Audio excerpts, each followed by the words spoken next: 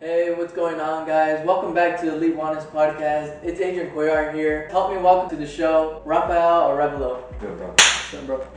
Alright, guys, so a little bit about Rafa. He attended Delray Elementary as well as Quail Lake. He's a 2022 Sanger High graduate as well. He competed in track and field for 4 years. I was actually his teammate for 3 of those years because we're a year apart. The thing about Rafa is that he works hard to get towards his goals. He continues to push. He motivates himself. And above all, after failing, he continues to get back up. Like you said, my name is Rafa. I did track all 4 years of my high school career as well through middle school. There has been a lot of times where I felt myself like just failing, not getting the PR, not running your best mile, not running your best, and it's just like it sucks feeling that, but there's a lot of times where like failing was never an option for me. Most of the time we all fail at one point of our lives, but it's those that learn from those failures that really, become the best version of themselves in their lives. So was there a specific time in your life where you had failed and you felt like quitting? Yeah, there's been multiple times, like probably my junior season of track. I felt like there was really no hope into it, no point, since we started like late April and we ended like literally early June. It just really felt like I didn't put any effort into it. I didn't care about the season since I haven't been in the weight room. I wasn't throwing my PRs. I didn't have a good year of track in general, and I just felt like that really demotivated me. But there's a lot of times where I wanted to quit, but whenever I fell down, I'd get right back up and embrace the challenge. Yeah, that's always great to, like you said, you want to embrace the challenge, and especially that was through COVID year. That's exactly why we started track that late, and it sucked. It sucked for all of us, It was at an unexpected time for all of us. Like we didn't expect that to happen. So obviously it put a lot of us down. So would you say that COVID had a lot to do with you being unmotivated most of the time? Yeah, a lot of it did have to do with COVID because sophomore year got cut short, and really that was going to be one of my best seasons because I did throwing. I threw my PR at the Reedley meet, which was our very last meet. So I remember I threw a PR, I was happy, I was like, oh yeah, this is gonna be a good year. Then I see on the news like NBA has been canceled and like what's next? But I still had hope in the season that we'd continue, but school got shut down, we stopped practicing, so the whole world went on lockdown basically, as you guys know. And just when we came back from junior season, like I felt like I haven't gotten any better since I was sophomore year. Sounds like COVID obviously had a lot to do with everyone being unmotivated for certain things, for work, for sports, school. But was there a certain time that you failed when you were younger that made you the person that you are now?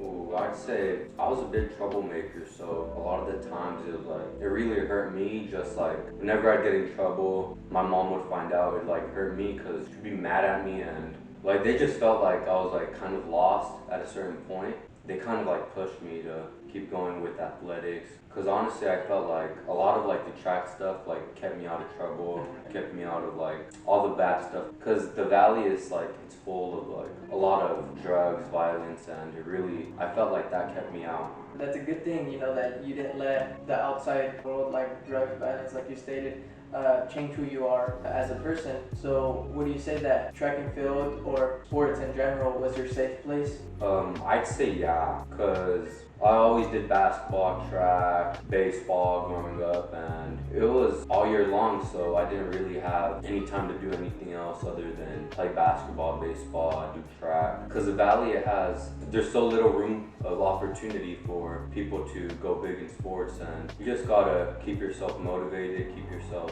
busy, because a lot of bad things could happen, and I've seen a lot of people go through it.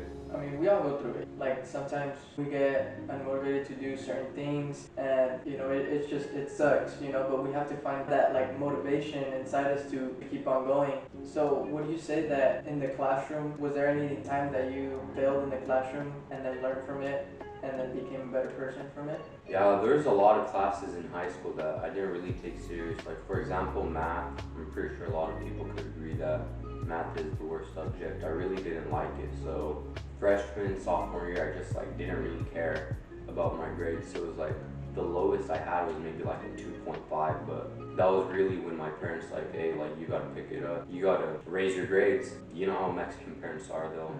They bug about literally everything, and my parents were like, you just gotta pick your grades up, and I ended my junior and senior year with a 3.8, and that's like the highest I had. You focused on getting those grades up, and while doing that, you were still an athlete at the same time. How did you juggle both of those things? There's a lot of times where it was hard to do the homework because I didn't have a lot of time to do it since we're at school for 6-7 hours. We practice from 2 to 3 hours a day, so that's already 10 hours of your day. But as soon as I got home, or even before school, I do homework just because like I didn't want to do it personally, me, but I had to do it. There's no other option but to do the work. So I just really made more time for school rather than getting on the games or really watching YouTube, because I feel like I do a lot of that. It's important to find that balance, which, obviously you found it because you did really good in school as well as in sports. And for those of you that are in Sanger track, we usually set the standards really high there. We have to be above a 2.5 in order to compete, and that's what really pushed me. Did that really push you too, like setting that standard higher than all other sports in school? Yeah, we were set at a high standards. Like, if we had below a 2.5, like, we couldn't even go to practice. And I felt like practice was like the funnest thing, just like all the teammates, everyone just like, it was just fun being out there with those guys. And it just really kept me at a high standard to get my grades up. I would say the same for me. Practicing out there with the team, that was like one of my main motivations to also, keep my grades up, find that balance between school and sports. That's why, we're called student athletes. And at the same time, we have to take into consideration that the student comes first. So if you don't have good grades, you're not going to go anywhere in life. It doesn't matter how good of an athlete you are, you won't go anywhere in life if you don't have the grades. So last question before we wrap it up is, what advice would you give to those that have failed many, many times? What advice would you give to those people? I'd say don't give up. There's always light at the end of the tunnel. Just remember, if you quit, that's when you really fail, and that's when it's not even worth it. Just strive for greatness and be the best version of yourself. Try being a better person today than you were yesterday, and so on. If you keep failing, you will succeed, and there's really no shortcuts on the way to success. Perfect. I couldn't have said it better myself. Well guys, that was a wrap for today. If you guys enjoyed the video, please make sure to like it, subscribe, and turn on those post notifications so you don't miss a beat. And also, comment down below on who you want to see next, or if you want to be the next lucky person on the show. Alright, so Rafa, do you have anything else left to say? Subscribe. Alright, it was Adrian Coyar here, Rafael Revela, from the Elite Wellness Podcast, and we'll catch you guys in the next one. See ya.